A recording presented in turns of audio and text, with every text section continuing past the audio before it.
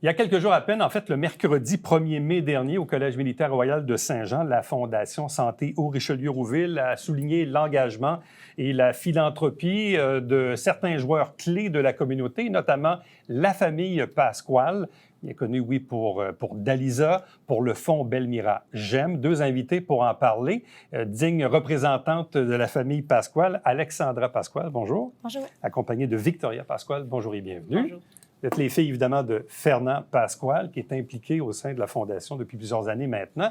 Mais pour avoir, évidemment, écrit à votre père dans les derniers jours, il aime bien, je pense, passer au suivant. Je pense qu'il aime bien aussi que vous preniez que cette relève, mais cette place, c'est important à ses yeux. Oui, effectivement, il se retire de plus en plus, il nous laisse davantage de place. C'est lui qui a fondé le fonds Belmira James en 2019. Belmira étant le nom de sa mère, James le nom de son père. Et puis, malgré que c'est lui qui l'a fondé, il se retire peu à peu. C'est certain qu'on a besoin d'un coup de main. On prend le téléphone, on l'appelle, il est toujours présent. Mais c'est vraiment nous qui mettons de l'avant les activités de levée de fonds avec l'équipe du conseil d'administration, mais lui, il se retire un petit peu. Bon, le fonds en tant que tel, qu'est-ce que c'est au juste? Le fonds, en fait, c'est pour accompagner les organismes. Donc, on fait des levées de fonds, plusieurs activités, événements, en fait, au courant de l'année. On en a 4 actuellement qui sont le Gala homard, on a le tournoi de golf ensuite, le Grand festin d'huîtres et maintenant le bal du printemps qui a eu lieu le mois dernier. Donc, le but, c'est d'amasser des fonds pour des organismes qui touchent surtout l'aide à l'enfance. Donc, par exemple, on est avec le Club des petits déjeuners que, de façon récurrente, à chaque année, on fait des dons. Plus dernièrement aussi, le CHU de Sainte-Justine.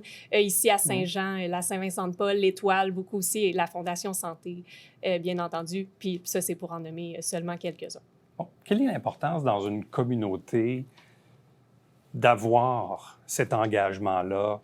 Bon, vous êtes une famille tissée serrée, vous êtes dans le domaine des affaires, mais bon, il y a le fonds qui existe, il y a différentes causes que Victoria a nommées tantôt, notamment entre autres celle de la Fondation Santé, auquel votre père est impliqué depuis 25 ans maintenant. En quoi, à vos yeux, c'est important de perpétuer cet engagement-là? Qu'est-ce que votre père vous lègue en faisant ça? Bien, je pense qu'on a toujours eu de la chance. La famille, on avait certains moyens financiers qui nous ont permis de faire des choses. Puis c'est vraiment important de redonner au suivant. C'est pas tout le monde qui a la même chance dans la vie, au niveau que ce soit la santé ou les moyens ou l'éducation. Donc, c'est pour ça l'importance des organismes à Saint-Jean qui redonnent et qui accompagnent ces gens-là. Donc, c'est pour ça que pour nous, c'est très important.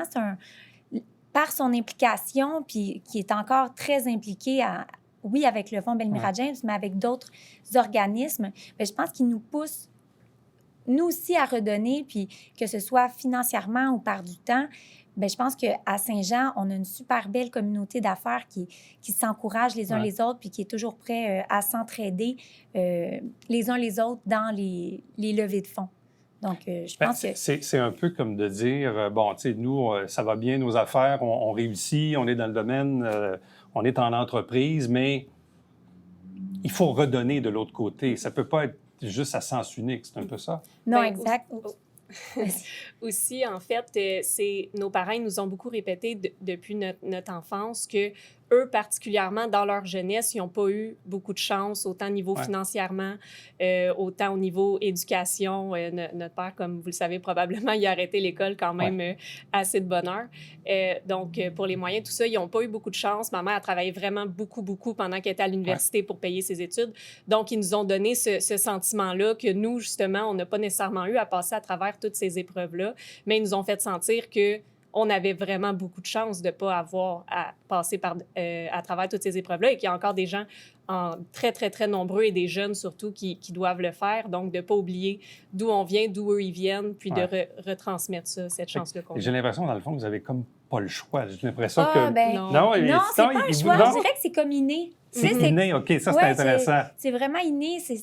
Moi, j'aime ça, j'adore ça, puis j'essaie d'inculquer ça aussi à mon garçon Là, on s'en va dans le montage du Gala homard qui va avoir lieu le mois prochain. Puis, tu sais, je l'invite. Il était là, d'ailleurs, à la soirée reconnaissance la semaine dernière, déjà, on voit qu'il aime ça, tu sais. Puis je dis, OK, là, on prépare, c'est la fête avec les homards. Puis il dit, c'est la fête des homards. Puis, tu sais, il est content. Puis qu'est-ce que je peux faire? Puis, ben, toi, tu vas apporter des livrets. Mais, tu sais, pour l'instant, lui, il fait ça par plaisir. Puis il n'a pas conscience. Mais ultimement, il va finir par comprendre pourquoi il Mm-hmm. fait ça. Exact. Fait que, et c'est pour ça que dans 25 ans d'ici, quand lui va prendre la relève, c'est ça. Ben, il va comprendre également que c'est même pas une question, c'est pas une obligation, c'est comme inné, c'est exact. ça?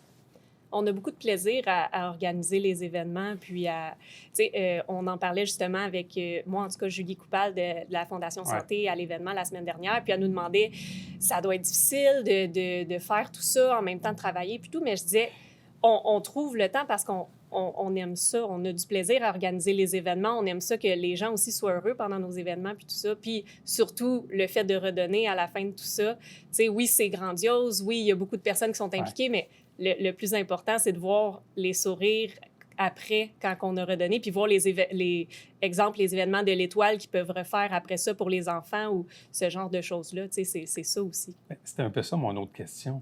Parce que ce que vous organisez, là, les 4 événements qu'on a nommés tantôt, c'est gros.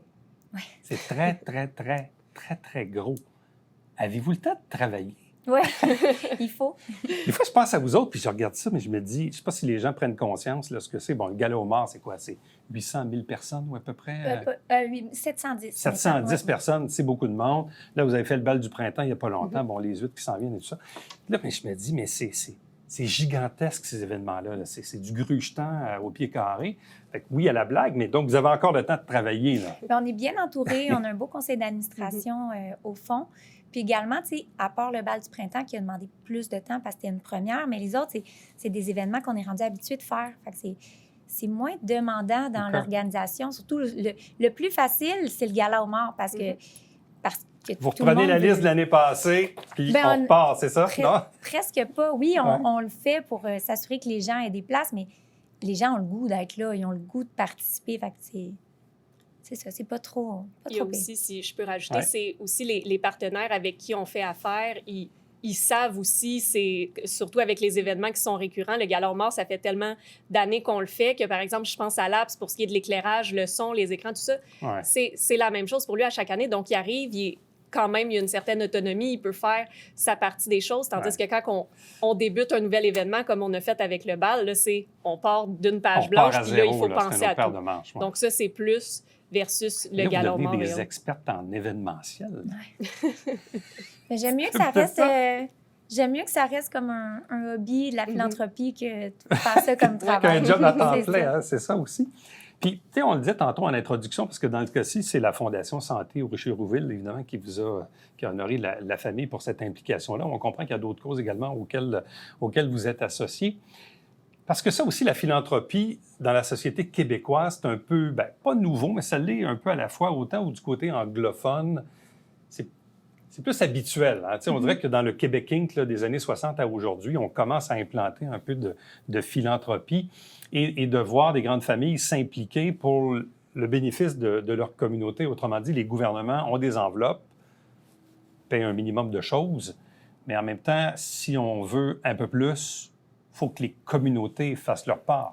Ah, ben on le voit beaucoup. J'ai participé à un cocktail de la Fondation CHU Sainte-Justine. Ouais. C'est ça, il y avait un des médecins. Puis, on a tendance à dire, par exemple, beaucoup merci aux médecins. Hey, merci, vous êtes occupé de mon garçon, vous l'avez soigné. On apprécie tellement. Sauf qu'à l'inverse, lui, il disait, le chirurgien, il dit, oui, mais moi, j'aurais pas pu l'opérer si j'avais pas eu le laser, j'aurais pas pu faire si j'avais pas le scan, j'aurais pas pu avoir les images de son cerveau. Mais il dit ça, il dit, le gouvernement nous permet certains équipements, mais il nous permet pas nécessairement d'avoir les équipements de pointe. Donc, c'est les donateurs, c'est merci à vous, c'est donnant. Tu sais, moi, je soigne ton garçon parce que tu me donnes un coup de main. Je le répète très souvent, peut-être à cause de mon âge, mais la Fondation Santé, qu'on appelait dans le temps la Fondation de l'hôpital, qui a pris naissance en 83-84 dans ces eaux-là, à la base, c'est une fondation qui devait être temporaire, le temps d'acheter un gros scanner à 1 million.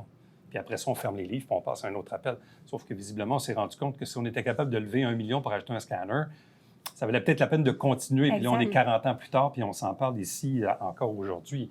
y a toutes sortes d'organisations comme ça au Québec qui se devaient peut-être d'être temporaires au début, puis finalement qui ont continué un peu leur histoire parce que les gouvernements avaient des limitations budgétaires et que les communautés se sont pris en charge. On disait tantôt, on parlait des enfants pour transmettre aux générations suivantes un peu cet esprit philanthropique. Donc, de ce que j'en déduis, vous allez transmettre ça aux générations suivantes, là. Ah, bien, c'est certain. C'est certain, c'est le but. Il ne faut pas que ça s'arrête aujourd'hui. Puis, comme je le dis régulièrement, oui, il y a beaucoup de gens de l'âge de mon père, mais on voit de plus en plus les plus jeunes qui s'impliquent aussi. Puis, certainement qu'on va transmettre ça à l'autre génération ensuite. Il faut que la deuxième, la troisième et ainsi de suite, la génération qui suit puisse évidemment s'impliquer au même titre que vous. Là, vous avez 4 événements à votre actif. Est-ce que vous planchez sur un 5e ou si 4, c'est en masse? 4, c'est assez. C'est drôle, on se l'est fait demander juste ce midi. Donc, mais on a décidé que 4 événements, ça devrait être suffisant pour notre horaire. Justement, sont environ à 3 mois de temps entre chacun, même que le tournoi de golf puis le Grand Festin d'huîtres sont comme même pas 2 mois entre. Donc, c'est rapproché, ouais. c'est ça, c'est assez rapproché. Donc, on va se garder une gêne. Mais pourquoi créer un fonds, le fonds Belmira-Gem, évidemment, qui est un fonds dédié auquel vous faites des choix, évidemment, comme conseil? Plutôt que de donner à des causes individuellement, vous avez décidé de rassembler le tout sous un chapeau qui est celui du fonds. Est-ce que c'était plus intéressant, plus facile au niveau de l'organisation de créer un fonds dédié? Bien, en fait, je dirais que c'est plus par rapport à choisir. On était beaucoup sollicités d'Alisa. Oui, c'est ça. Puis, d'Alisa, on est présent, nos bureaux sont à Saint-Jean. Sauf que quand on regarde ce qu'on fait, nos points de vente, bien, ça représente peut-être 1 Oui, parce que vous êtes partout. Parce qu'on est partout au Québec, bien, partout au Canada, en fait. Donc, c'était de plus choisir parce que sinon, on était sollicité uniquement par des organismes à Saint-Jean, ce qui est super correct, mais ça nous permet d'en faire un peu plus large puis d'avoir, via le fonds, c'est le fonds qui redonne. On fait des dons à différents organismes plutôt que faire des commandites partout. Ouais, mais je comprends que sur le plan pour votre propre gouverne, c'est plus simple d'y aller avec cette formule-là que d'être sollicité à chaque fois par des organisations. Autrement dit, ça vous laisse plus de liberté. Oui, on continue d'encourager de faire des commandites, sauf que quand on peut remettre un don plus tôt, bien, on le fait de cette façon-là. Bien, bravo à vous deux, bravo à la famille, bravo à votre père Fernand. Bref, bonne continuité dans tout ça. Puis c'est bien, évidemment, que la Fondation Santé au Richelieu-Rouville ait pensé, évidemment, d'honorer votre famille. Merci beaucoup. Merci. Merci. Restez avec nous. On vous revient après ceci.